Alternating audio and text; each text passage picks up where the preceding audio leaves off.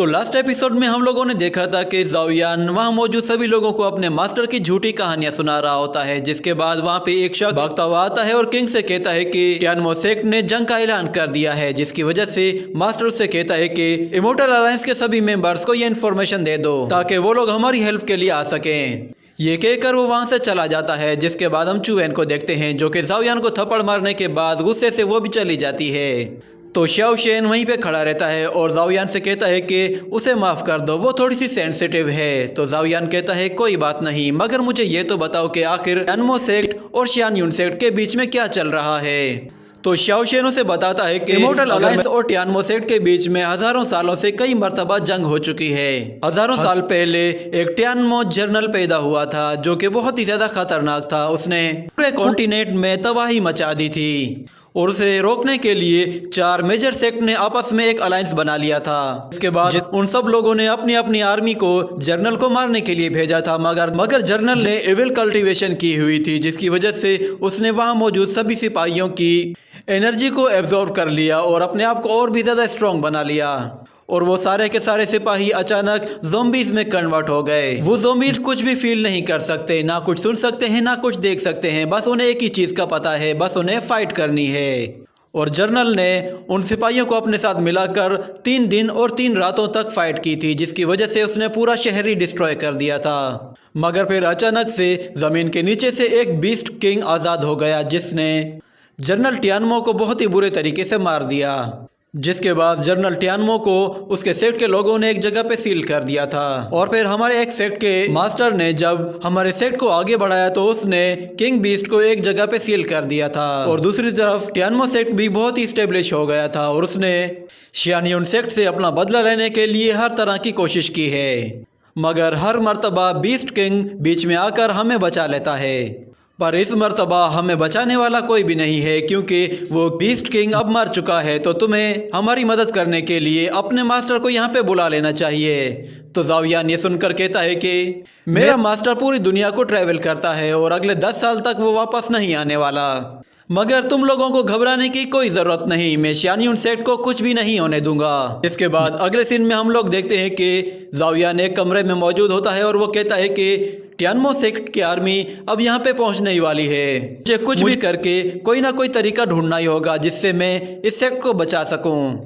वो सिस्टम से कहता है कि मुझे कोई टास्क दो, मगर सिस्टम का कोई रिप्लाई नहीं आता। उससे कहता है कि क्या हुआ, तुम मुझे कोई टास्क क्यों नहीं दे रहे, कहीं तुम खराब तो नहीं हो गए। तो वो उसे हाथ लगाकर चेक करना शुरू कर देता है। तो सिस्टम एक्टिवेट हो जाता है और कहता है कि मैं तुम्हारे लिए क्या कर सकता हूँ। तो ज़ाओयान कहता है क्या हुआ है तुम्हें, तुम इतनी देर से कहाँ थे, मुझे लगता है कि शायद तुम दिन ब दिन खराब होते जा रहे हो। तो सिस्टम उससे कहता है कि मैं तुम्हें अच्छे तरीके से समझने के लिए अपने कुछ सिस्टम्स को अपग्रेड कर रहा था। तो ज़ाओयान उससे कहता है कि चलो छोड़ो, मुझे ये बताओ कि मुझे नए इक्विपमेंट कैसे मिलेंगे, मुझे बहुत सारे इक्विपमेंट चाहिए। तो सिस्टम उसे कुछ इक्विपमेंट दिखाता है, जिसे देखकर वो कहता है कि ये तो अच्छा लग रहा है। वो इक्विपमेंट असल में एक मैकेनिज्म की बुक होती है, जिस पर ज़ाओयान कहता है कि मैं इसे सीखकर यहाँ के लोगों की बहुत हेल्प कर सकता हूँ। इसके जरिए मैं यहाँ के लोगों को बहुत ही पावरफुल आर्टिफैक्ट्स बनाकर दे सकता हूँ, जिससे ये लोग आसानी से एविल वॉरियर्स को हरा सकेंगे। वो उस आर्टिफैक्ट को अनलॉक करने की कोशिश करता है, मगर रेड अलर्ट आने लगता है। जिसके बाद वो उसे दोबारा अनलॉक करने की कोशिश करता है। तो सिस्टम कहता है कि तुम्हारा लेवल अभी काफी लो है, इसलिए तुम इस बुक को अभी हासिल नहीं कर सकते, मगर तुम्हारे लिए मेरे पास एक फोल्डिंग बेंच है। तो ज़ाओयान कहता है कि मैं तुम्हें 100 पॉइंट्स दे रहा हूँ, सिर्फ मुझे वो बुक पढ़ने दो, अगर ऐसा नहीं करोगे तो मैं तुम्हारे खिलाफ कंप्लेंट करूंगा।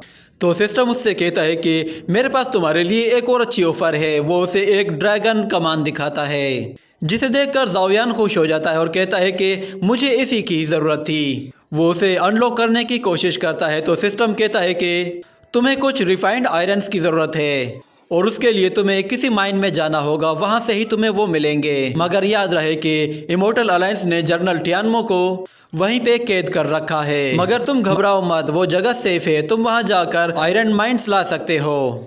क्योंकि बैटलफील्ड के दौरान जब जनरल टियानमो के आर्टिफैक्ट्स लोगों को मिले थे तो उन्होंने उसे डिकम्पोज करके रिफाइंड आयरन में कन्वर्ट कर दिया था, और उसे हासिल करने के लिए कई कल्टीवेटर्स वहां पे जाते हैं। मगर बहुत ही कम लोग वहाँ से रिफाइंड आयरन ला पाते हैं, क्योंकि वहाँ पे बहुत सारे ज़ॉम्बी सोल्जर्स मौजूद होते हैं जो कि वहीं घूमते रहते हैं, और आज तक कोई भी उस माइन के डीप तक नहीं पहुँच पाया।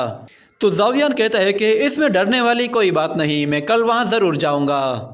जिसके बाद अगले सीन में हम देखते हैं कि ज़ावियान अगले ही दिन उस माइन की तरफ निकल जाता है। जिसके बाद वो जंगल में देखता है कि चुवेन खड़ी हुई होती है, तो वो उसे देखकर रास्ता बदल देता है। जिसके बाद सिस्टम एक्टिवेट हो जाता है और उससे कहता है तुम्हारे लिए एक ज़बरदस्त टास्क है, अगर तुम चुवेन के साथ मिलकर किसी प्रॉब्लम को सॉल्व करोगे तो उसके लिए तुम्हें एक रिवॉर्ड मिलेगा, और वो रिवॉर्ड है एक फोल्डिंग बेंच। तो ज़ावियान कहता है कि क्या तुम मुझे अब एक मामूली सी बेंच के लिए खतरे में डालोगे, क्योंकि मुझे पूरा यकीन है कि मैं उसके सामने जाऊंगा तो मुझे देखते ही पहले थप्पड़ मारेगी, तो मैं तो वहां नहीं जाने वाला। तो सिस्टम भी एक्टिंग करने लगता है और कहता है कि प्लीज मेरे माँ बाप नहीं है, इसीलिए मेरी ये ख्वाहिश पूरी कर दो। मगर ज़ावियान कहता है कि नहीं, हरगिज नहीं।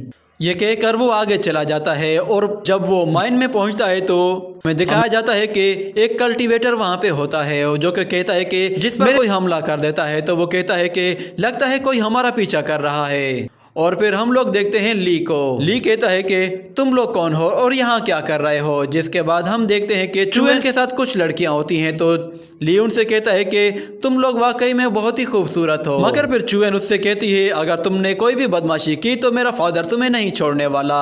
ये कहने के साथ ही ये एपिसोड यहीं खत्म हो जाता है।